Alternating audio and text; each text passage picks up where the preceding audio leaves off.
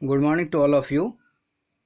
I'm Prashant Kumar, Assistant Professor in Mechanical Engineering Department from JEC Kukas. Today we all are here to discuss the second part of today's topic. The today's topic will be hydrology. So this one is the second part of the today video lecture. Next, in this video lecture, we will discuss the second part of hydrology, in which we deals about the components of hydrological cycle, measurement of rainfall, how we can measure the rainfall intensity of rainfall, and the third one is selection of rain gauge stations. On what factors the rain gauge station will be considered. Now, next slide. Components of hydrological cycle. So hydrological cycle मतलब क्या हुआ, the circulation of water, you can से from water body evaporation होगा, उसके बाद वो transpiration के through भी इवोपरेट होगा, फिर वो ऊपर जाएगा, कंडेंसेशन होगा, फिर वो प्रिसिपिटेट होकर फिर से वो लैंड सरफेस और वाटर बॉडीज में चला जाएगा. The whole circle is called hydrological cycle. Now what are the various components of hydrological cycle? Various components you can say, the first one is precipitation, second one is runoff, third one is evaporation, fourth one is condensation, transpiration, evapotranspiration, infiltration, depression storage, and interception. This is the very important from the RT point of view. Okay, now the first one, precipitation. Precipitation means the fall of moisture from the atmosphere to the earth surface in any form. मतलब आपका एक तरह से जो precipitate हो रहा है, जो ऊपर से मतलब एटमॉस्फेयर और सरफेस में गिरना, तो ये हमारा वेरियस टाइप्स हो सकता है. Like in case of liquid precipitation, for example rainfall, and in case of frozen precipitation like snow, hail, sleet, glaze. तो जो हमारा बारिश हो रहा it comes under the category of liquid, and जो हमारा फ्रोजन है, हेल है, स्लिट है, it comes under the category of frozen precipitation.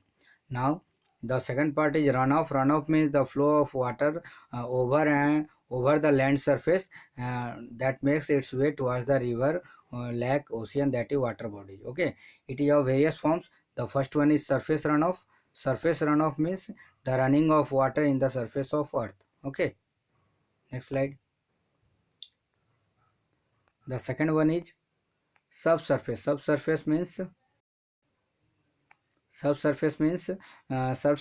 runoff is also known as interflow runoff. Okay, subsurface means the water get infiltrated into pervious soil mass, making its way towards a river, lake, and can be termed as subsurface. Okay, जो river, lake की ओर move कर जाए directly. Third one is groundwater surface. Groundwater flow is also called base flow. Okay, groundwater flow means it is that portion of precipitation which after infiltration percolate down and join the groundwater reservoir, which is ultimately connected to the ocean. इसमें क्या होता है, जो water का absorption होता है land surface के बाद, ये बिलो द अर्थ सरफेस जाता है और उसके बाद ये वाटर रिजर्वायर को ज्वाइन कर लेता है, like ocean. So finally you can say precipitation means P is equal to E plus R.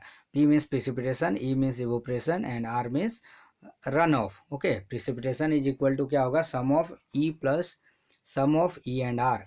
जो आपका बारिश गिर रहा है वो होगा इवोपरेशन प्लस जो आपका फ्लो कर रहा है लैंड सरफेस में. सो P is equal to E plus R. Next slide. Now the third one is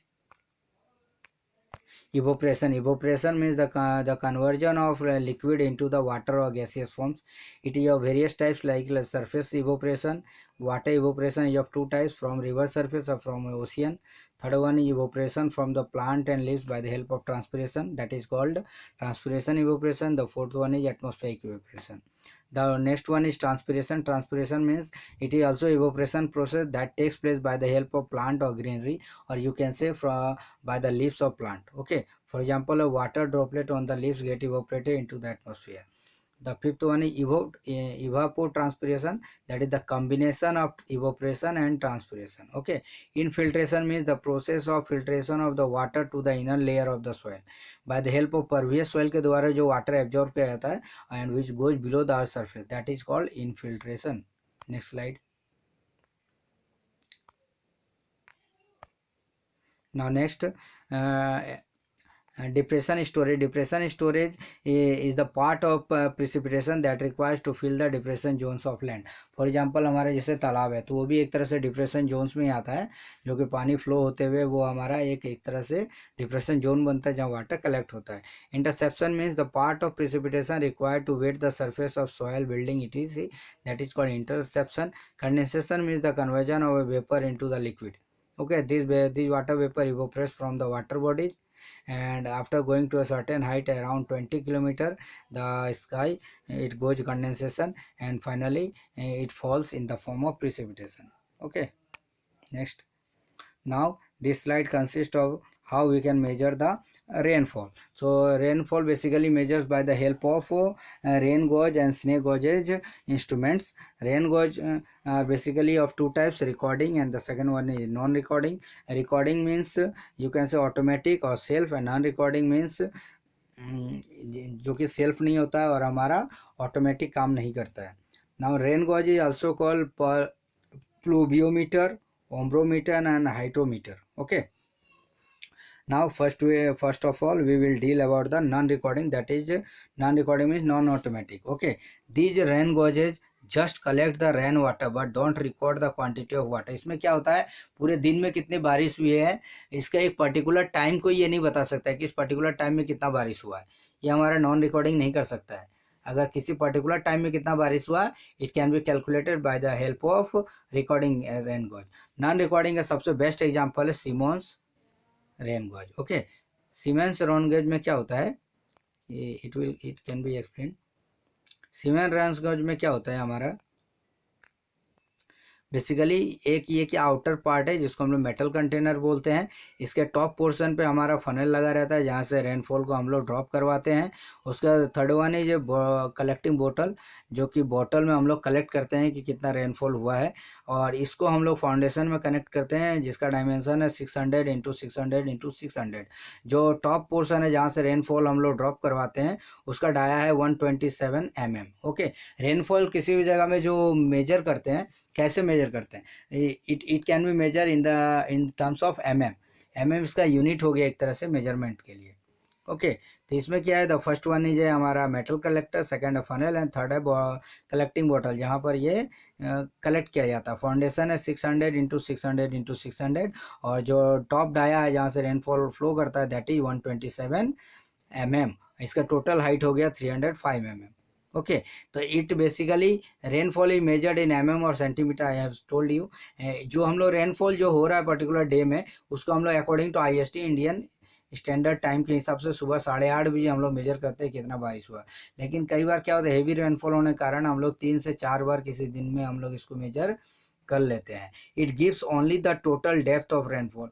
ये केवल डेप्थ बता सकता है, नॉट द इंटेंसिटी. इंटेंसिटी मतलब पूरे दिन में अगर किसी पर्टिकुलर टाइम पे मेजर करना हो तो ये नहीं बताएगा. Next slide. Recording rain gauge में क्या होता है, रिकॉर्डिंग रेन गॉज में बेसिकली क्या होगा, ये ऑटोमेटिक होता है और यू कैन से इसको हम लोग सेल्फ मीटरिंग रेन गॉज भी बोलते हैं.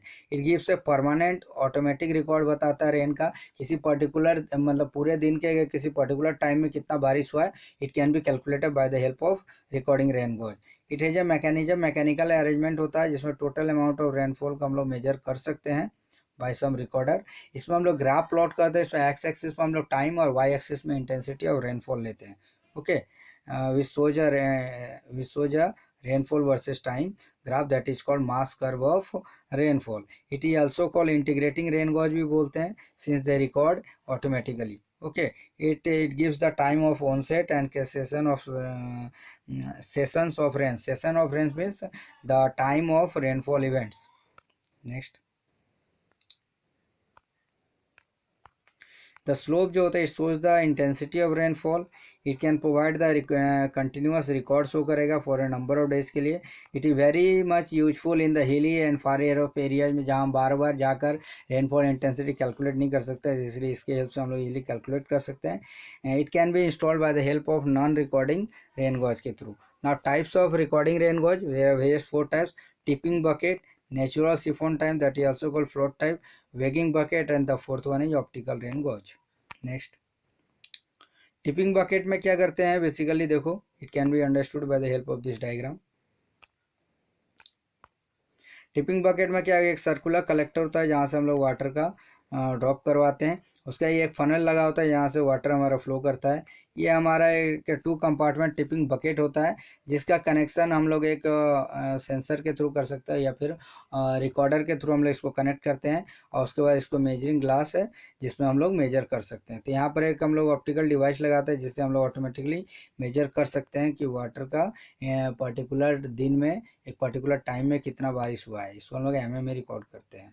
Okay, now the this one, on what factors the selection of rain gauge is considered. So it follows the following requirement. The first one is ground should be level होना चाहिए and in the open, and instrument must represent a horizontal catchment area. Open खुली area में करना है। rain gauge must be set as near as the ground as possible to reduce the wind effect को कम करते हुए। rain gauge must be set sufficiently high to prevent splashing of flooding से। The instrument must be surrounded by a open fenced area. Open area में होना चाहिए at least 5.5 metre into 5.5 metre, एक direct आप मान सकते हैं इसको स्क्वायर एरिया में। इसके आसपास कोई भी ऑब्जेक्ट नहीं होना चाहिए closer to the rain gauge, ताकि हमें अपने को इंटेंसिटी ऑफ रेनफॉल मेजर करने में किसी तरह की कोई प्रॉब्लम्स ना आए। Okay, so I think any Curie, so you can discuss personally. Okay, so I think so, thanks and have a good day. Okay.